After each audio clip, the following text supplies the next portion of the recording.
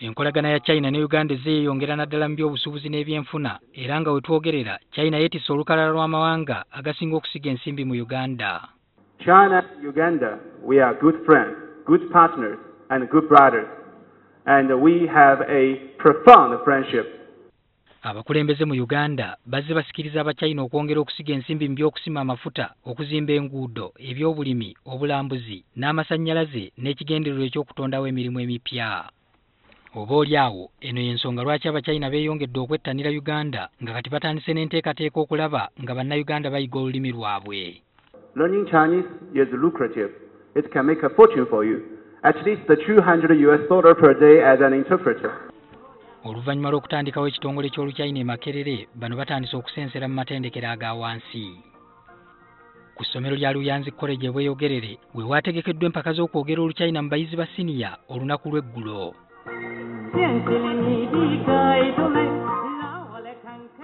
Abayizi baayolesezza obukugu bwabwe mu kwogera, okwanukula ebibuuzo, okuyimba n'okuzina mu Luchina ekyakyamudde Abachina. 我是乌干达人，是鲁阳子中学2年级的学生。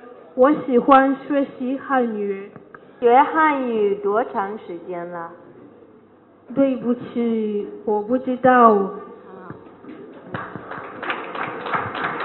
Majority Ugandans, they also realized Chinese is very important, and not only Ugandans, whole the world. Ministry y'ebyenjigiriza naye evuddeyo okulaba ng'ewagira enteekateeka eno.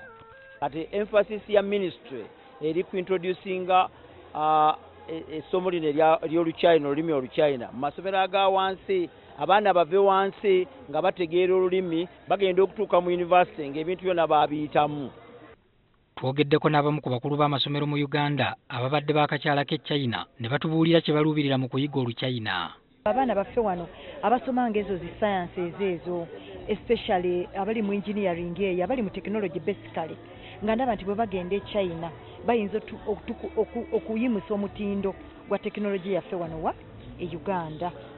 Abayizi abawangudde empaka baakufuna omukisa okweyongera okukukka mu lulimi luno mu ggwanga lya China. And right now I feel very happy because it has always been my dream to reach China and really see that place because I've heard very many things about it. They say China is the center of business area, so if I go to China for free, then that means I have the chance.